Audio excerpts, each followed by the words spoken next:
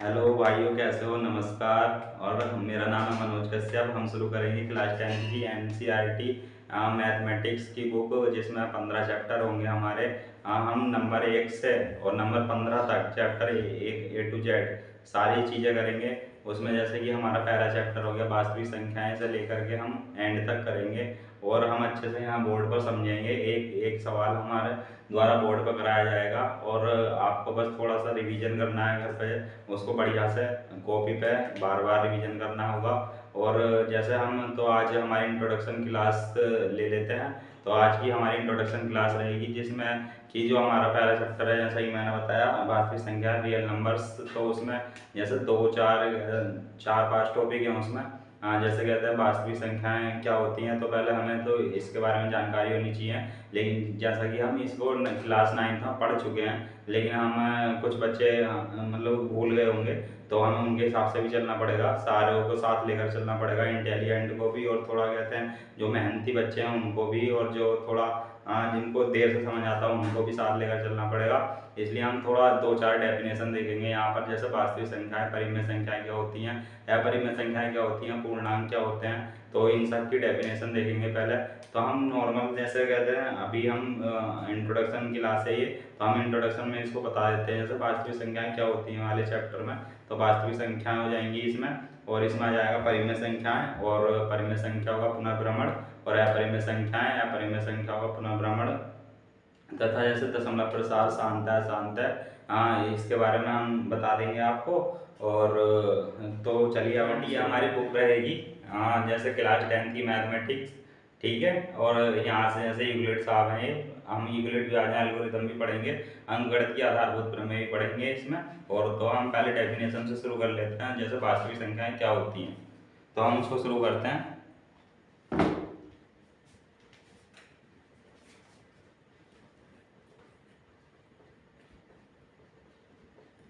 वास्तविक संख्याएं।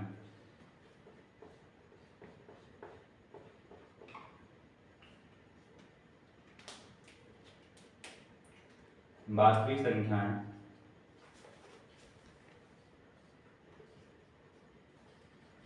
वास्तविक संख्याएं वे संख्याएं होती हैं जिनका जिनका कोई भी वास्तविक संख्याएं वे संख्याएं होती हैं जिनका कोई भी मान संभव होता है,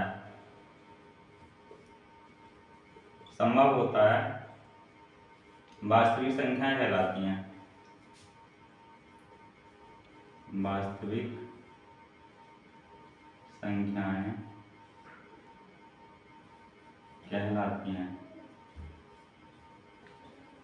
कहलाती हैं या परिमेय और अपरिमेय संख्याओं को ही वास्तविक संख्याएं कहते हैं। तो इसमें एग्जाम्पल देख लेते हैं हम। जैसे यहाँ पर √2, √3, √6 और 1/2, 3/2, 7/5 इत्यादि, ये सारी क्या है हमारी वास्तविक संख्याएं में आ जाती हैं। तो आप स्टूडेंट इसको नोट करिएगा, और फिर इसके बाद हम चलेंगे परिमेय संख्याएं क्या होती हैं। हमारी परिमेय संख्या को समझेंगे इसके बाद।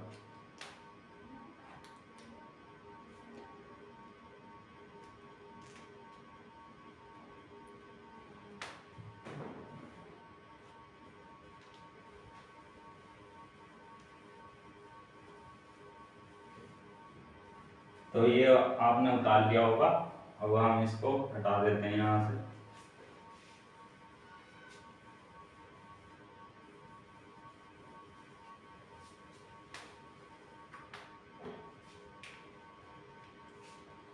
परिमेय संख्याएं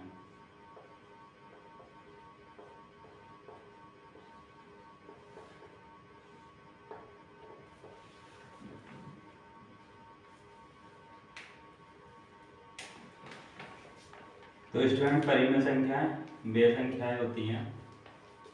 परिमेय संख्याएं बे संख्याएं होती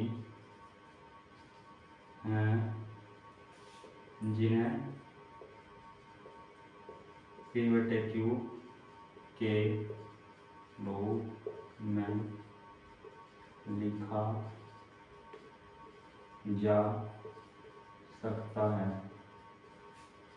जा सकता है, जहाँ p और q दोनों ही पूर्णांक होते हैं, जहाँ q डज नॉट इक्वल 0 होता है। तो अब हम इसके कुछ जैसे उदाहरण देख लेते हैं। परिमेय संख्या जिन्हें हमने कहा जिन्हें p/q के रूप में लिखा जा सकता है, यानी कि यहाँ 1/2, 3/2, 4/5, 6/1 और 5/5। तो ये सारी क्या हैं, परिमेय संख्याएं हैं।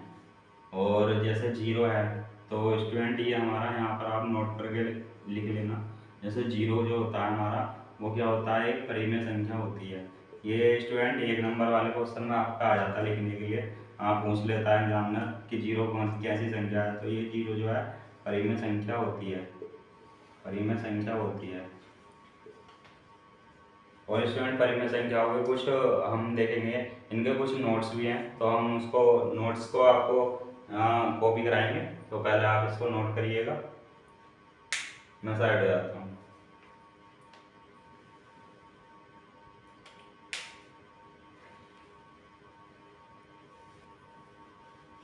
तो स्टूडेंट ये आपने नोट कर लिया होगा, मैं इसको हटा देता हूँ।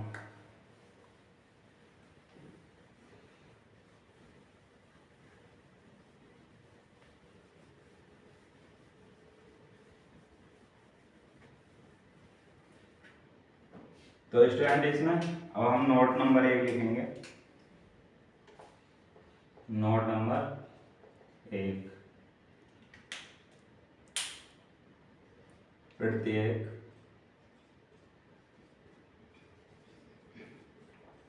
प्राकृतिक संख्या एक परिमेय संख्या होती है। स्टूडेंट हम एक एक डेफिनेशन को अच्छे से समझेंगे और हम कुछ नहीं छोड़ेंगे, ताकि कहते हैं सभी बच्चों को समझ में आए। अब यहाँ पर हम ये भी समझ लेंगे थोड़ा प्राकृतिक संख्याएं क्या होती हैं। कुछ स्टूडेंट को इसमें डाउट होगा कि ये प्राकृतिक संख्याएं क्या होती हैं। तो प्राकृतिक संख्याएं क्या होती हैं हम इसको अलग से नोट करा देंगे। आप चाहो तो यहाँ पर लिख लो नोट करके, इसको सब नोट कर लो। तो यहाँ पर ये जो प्राकृतिक संख्याएं होती हैं, तो प्राकृतिक संख्याएं होती हैं गिनती गिनने वाली संख्याओं को ही प्राकृतिक संख्याएं कहते हैं। गिनती गिनने वाली संख्याओं को ही प्राकृतिक संख्याएं कहते हैं। तो स्टूडेंट ये नोट कर लिएगा, ये पूरे यूट्यूब के इतिहास में इतने डिटेल से कोई नहीं पढ़ाएगा स्टूडेंट, जितने डिटेल से हम यहाँ पढ़ने वाले हैं। तो प्राकृतिक संख्या का ये जो होती है प्रत्येक प्राकृतिक संख्या एक वो परिमेय संख्या होती है। अब जैसे हम यहाँ पर ले लेते हैं 3, 2, 1, और जैसे हम ले लेते हैं या तो हम इसमें लेंगे जो प्राकृतिक संख्या होती हैं वो जो होती हैं हम धनात्मक ही लेते हैं। तो यहाँ पर लेंगे हम 5, 6, 7 या कुछ भी। तो ये जो होगी हमारी प्राकृतिक संख्या, यानी कि ये प्राकृतिक संख्या हो गई, ये परिमेय संख्या ही कहलाएगी, क्योंकि हम इसका जो है अपॉन में 1 लिख सकते हैं, यानी कि ये p/q के रूप में लिखी जा सकती है स्टूडेंट। इसलिए प्राकृतिक संख्याएं परिमेय संख्याएं होती हैं। अब हम जैसे नोट नंबर 2 यहाँ पर लिख लेंगे। नोट नंबर 2,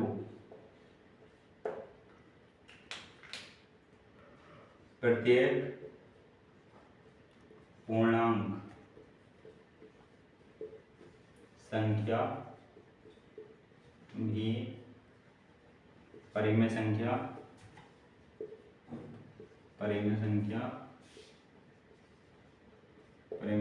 होती है। तो अब यहाँ से जो हमारे पूर्णांक है, हम पूर्णांक की भी डेफिनेशन देखेंगे स्टूडेंट, लेकिन अभी आप यहाँ फिलहाल नोट करिएगा। जैसे हो गया -3, -2, -1, ये 0, 1, 2, 3। तो यहाँ पर ये जो होती हैं पूर्णांक, ये भी हमारे क्या हो जाते हैं, ये भी हमारे प्राकृतिक संख्या की ही तरह ये परिमेय संख्याएं हो जाती हैं। जैसे यहाँ पर 1 हो जाएगा, 1, ये 1, ये 1, ये 1, ये 1। तो ये यहाँ पर हमारे पीवीटी के रूप में लिख सकते हैं स्टूडेंट। तो यहाँ पर ये भी परिमेय संख्याएं ही हो जाती हैं। अब ये नोट नंबर 2 हो चुके हैं। तो स्टूडेंट हम यहाँ पर अभी 4 नोट और बचे हमारे, उसको भी नोट करेंगे। पहले आप इसको नोट करो, ठीक है स्टूडेंट। मैं 10-15 सेकंड का टाइम देता हूँ आपको, नोट करिएगा, फिर हम इसको साफ करेंगे।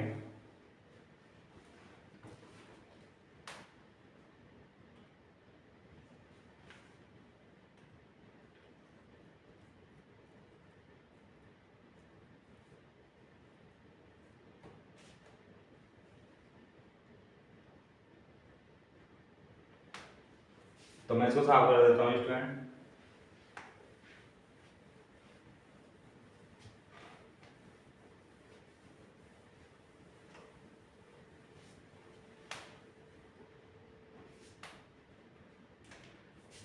तो नोट नंबर 3 हो जाता है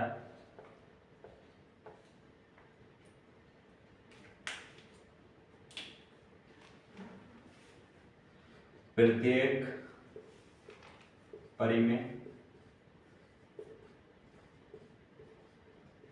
और अपरिमेय संख्याओं का योग हमेशा अपरिमेय संख्या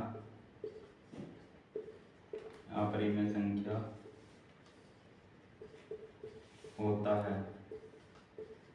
तो स्टूडेंट ये हमारा नोट नंबर 3 हो गया। आप इसको नोट करिएगा और ध्यान रखिएगा। नोट नंबर हम 4 लिखेंगे।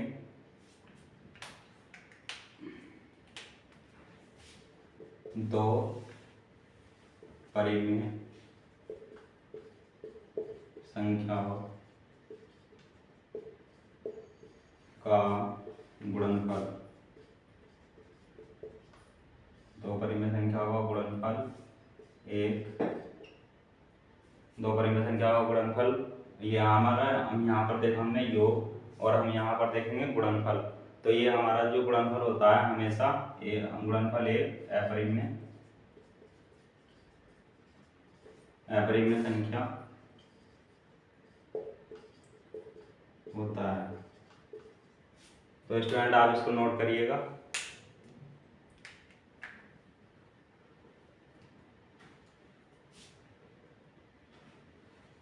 अब हमारा यहाँ नोट नंबर 5,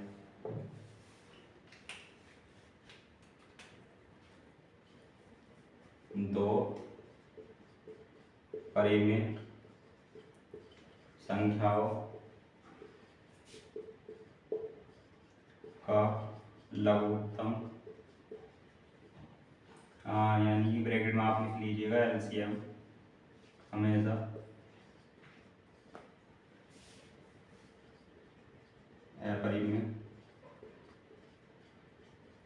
अपरिमेय संख्या होता है।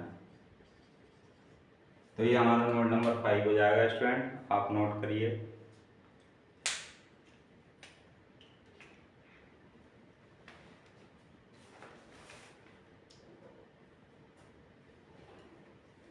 तो मैं नोट नंबर 6 भी यहीं लिख देता हूँ स्टूडेंट।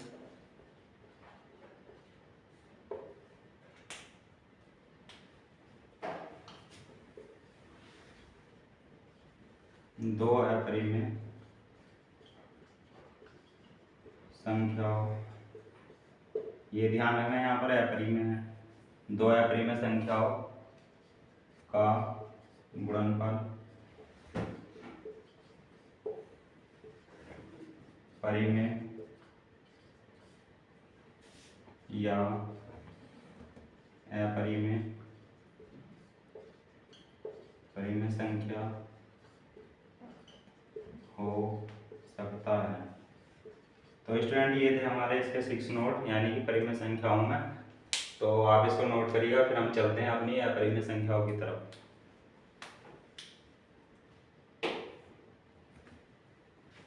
तो स्टूडेंट ये आपने रफ कर दिया होगा, वो कॉपी कर लिया होगा, मैं इसको रफ कर देता हूँ।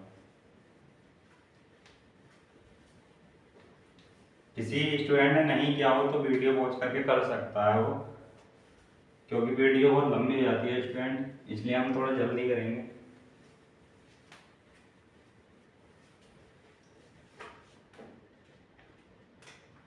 अब हमारा आ जाता है अपरिमेय संख्या। अपरिमेय संख्या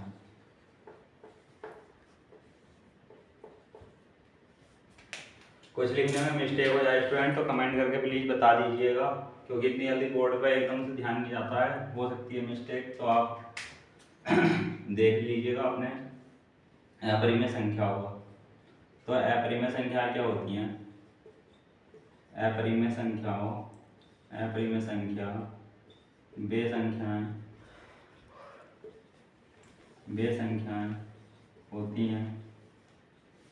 संख्याएं होती हैं जिन्हें P/Q के रूप में नहीं लिखा जा।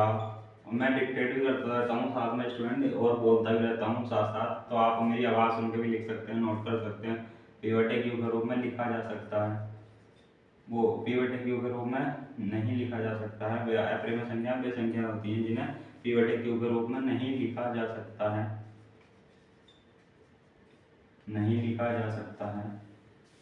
वे संख्याएं अपरिमेय संख्याएं कहलाती हैं। हाँ, जहाँ P और Q दोनों ही पूर्णांक होते हैं,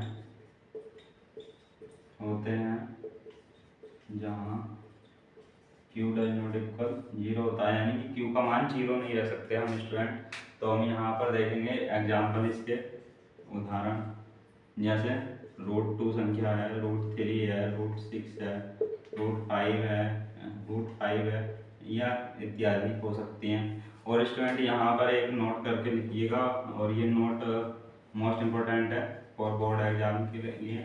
तो यहाँ पर क्या हो जाता है, जो पाई है हमारी, पाई वो कैसी संख्या है? पाई अपरिमेय संख्या है। स्टूडेंट मैं आपको ये सब इसलिए बता रहा हूँ क्योंकि ये 1 नंबर में हमारा क्वेश्चन बन जाता है बोर्ड एग्जाम में। एग्जामिनर पूछ लेता है हमसे कि पाई कैसी संख्या है, तो ऑप्शन दे देता है हमें, पाई अपरिमेय संख्या है, परिमेय संख्या है, पूर्णांक है, या प्राकृतिक संख्या है। तो स्टूडेंट ये हमारी जो है, हमारा अपरिमेय संख्या जो होता है वो सही होता है, तो ये बन जाएगा अपरिमेय संख्या स्टूडेंट। तो आप इसको नोट करिएगा, फिर हम चलते हैं अपने पूर्णांक की डेफिनेशन की तरफ।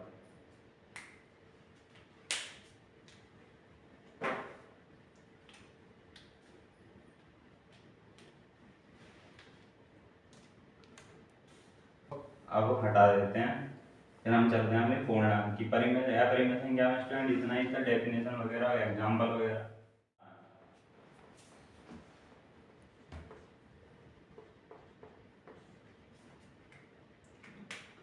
तो हम देखेंगे पूर्णांक हमारा, पूर्णांक वे संख्याएं होती हैं जो ऐसे लिख सकते हैं हम, पूर्णांक वे संख्याएं होती हैं जिन्हें धनात्मक,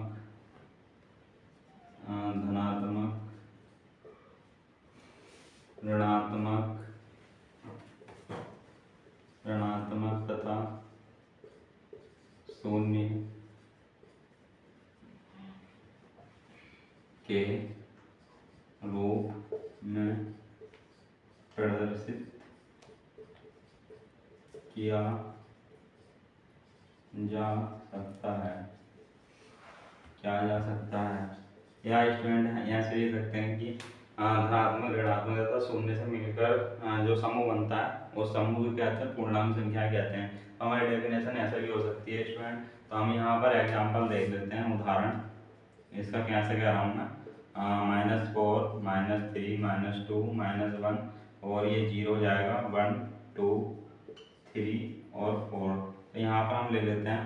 तो स्टूडेंट ये हमारी जो बाईं तरफ है तो इसको हम क्या कहेंगे, ये जो हो जाती है हमारी ऋणात्मक संख्याएं हो जाती हैं, ऋणात्मक संख्याएं। तो स्टूडेंट ये हमारी ऋणात्मक संख्या हो जाती हैं। ये 0 जो है तो हम इसको लिख सकते हैं कि 0 ना ही धनात्मक है, ना ही धनात्मक है, ना ही ऋणात्मक है। तो स्टूडेंट ये हो जाता है हमारा 0 और ये हो जाती है स्टूडेंट हमारी धनात्मक संख्याएं, यानी कि धनात्मक संख्याएं जो हमारी राइट हैंड साइड लिखी होती है। तो ये हो जाती है हमारी धनात्मक संख्याएं। तो स्टूडेंट ये हो जाता है हमारा पूर्णांक। आप पूर्णांक को आप नोट करिएगा। फिर हम चलते हैं अपनी अगली डेफिनेशन की तरफ, जिसमें है हमारी अगली डेफिनेशन में यूक्लिड विभाजन एल्गोरिथम। हाँ, जैसे कलन विधि भी कहते हैं, यूक्लिड विभाजन प्रमेय भी कहते हैं। तो हम इसको समझेंगे। तो हमारी डेफिनेशन ये पूरी हो चुकी है। जैसे वास्तविक संख्या क्या होती है, परिमेय संख्या क्या होती है, अपरिमेय संख्याएं क्या होती हैं, या पूर्णांक क्या होते हैं, तो ये आपने यहाँ पर देखा। तो हम देख लेते हैं हम इसको। हमारा अगला जो डेफिनेशन है वो है यूक्लिड विभाजन एल्गोरिथम क्या होता है।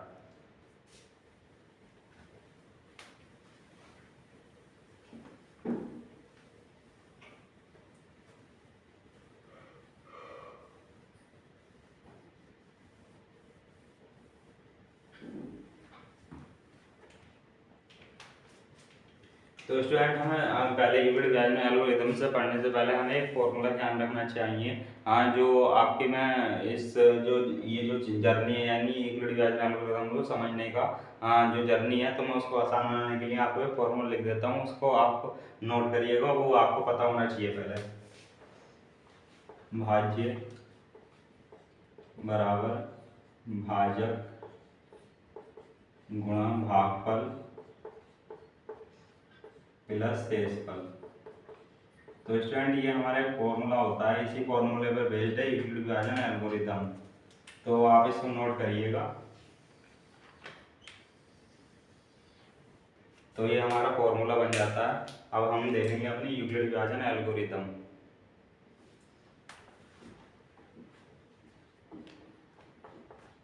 यूक्लिड विभाजन एल्गोरिथम स्टूडेंट ये हमें इसलिए देखना जरूरी है, सारा डेफिनेशन जो आज मैंने आपको बताया। जैसे वास्तविक संख्याएं हो गई, इसी को कलन विधि भी कहते हैं। तो जैसे वास्तविक संख्याएं हो गई, परिमेय संख्याएं क्या हो गई, और अपरिमेय और पूर्णांक, और ये हमारा यूक्लिड विभाजन एल्गोरिथम चल रहा है। तो इसको हम स्टूडेंट इसलिए समझना जरूरी है क्योंकि ये एक्सरसाइज 1.1 के लिए आवश्यक है। आप इसी को यूक्लिड विभाजन प्रमेय भी कह देते हैं, यूक्लिड विभाजन प्रेमिका। तो इसको ये 3 नाम से जाना जाता है स्टूडेंट। इसको यूक्लिड विभाजन एल्गोरिथम को हम जनरली क्या यूज करते हैं, यूक्लिड विभाजन प्रेमिका यूज करते हैं। तो आइए हम इसकी डेफिनेशन देख लेते हैं स्टूडेंट।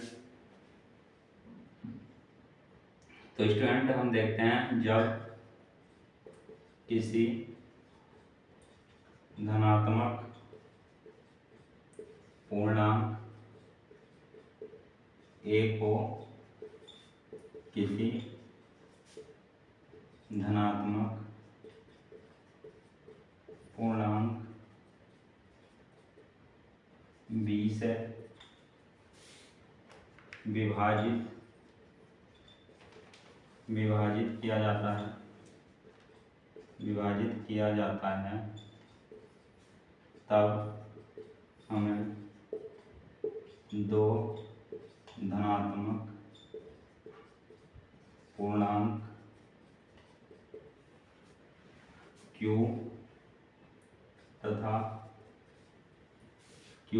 तथा R, यानी कि Q जो है भागफल के रूप में प्राप्त होता है। पूर्णांक Q लिख ही देते हैं, Q भागफल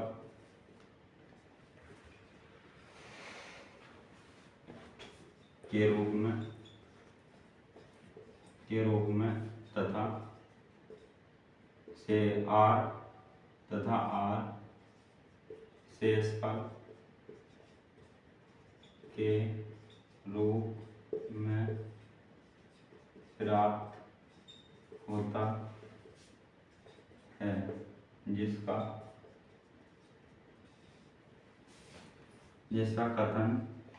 कथन कह सकते हैं या फॉर्मूला कह सकते हैं, कथन या सूत्र निम्न है।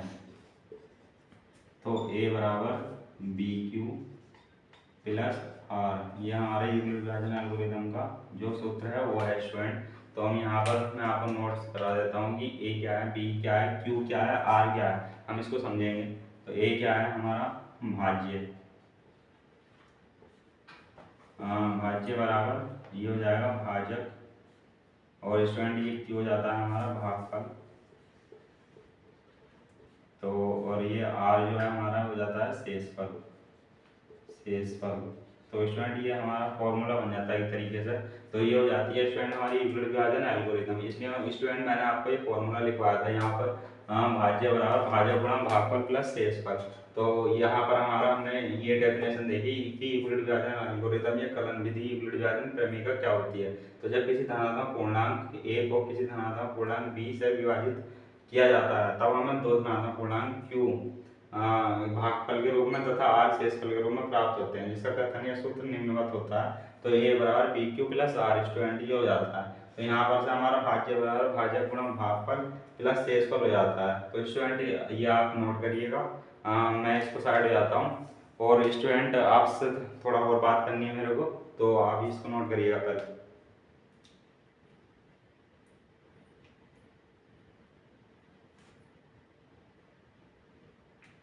उम्मीद है स्टूडेंट ये आपने नोट कर लिया होगा। यहाँ पर एक चीज और स्टूडेंट, यहाँ पर जो हमारा ये जो होता है R यानी कि जो शेषफल होता है, तो ये क्या होता है 0 से बड़ा होता है और यह बराबर हो सकता है, और जो B से क्या होता है यहाँ से B से छोटा होता है। तो यहाँ पर क्या हो जाएगा इसको आप ध्यान रखिएगा, यानी कि जो भागफल है भागफल से छोटा हो जाएगा शेषफल, तो है ना। तो इसको आप नोट करिएगा प्लीज। फिर इसको थोड़ा मैं आपको जनरली गाइडेंस दे देता हूँ थोड़ा, और क्या करना होगा। तो हम इसको अभी लिखा रहने देते हैं। तो स्टूडेंट आज का हमारा ये सेशन यहाँ पर पूरा होता है। जो हमारा क्या था इंट्रोडक्टरी सेशन था, इंट्रोडक्टरी सेशन था। अब इसको हम यहाँ पर समाप्त करते हैं। तो स्टूडेंट हम कल देखेंगे एक्सरसाइज 1.1। तो आप स्टूडेंट इसको एक बार रिवाइज कर लीजिएगा पूरा, सारे डेफिनेशंस और यूक्लिड विभाजन एल्गोरिथम ये मोस्ट इंपोर्टेंट है। कभी कभी हमारे इसमें कथन भी दे देता है कि यूक्लिड विभाजन एल्गोरिथम क्या होती है, फिर इस पर बेस्ड सवाल तो हमें करने ही है।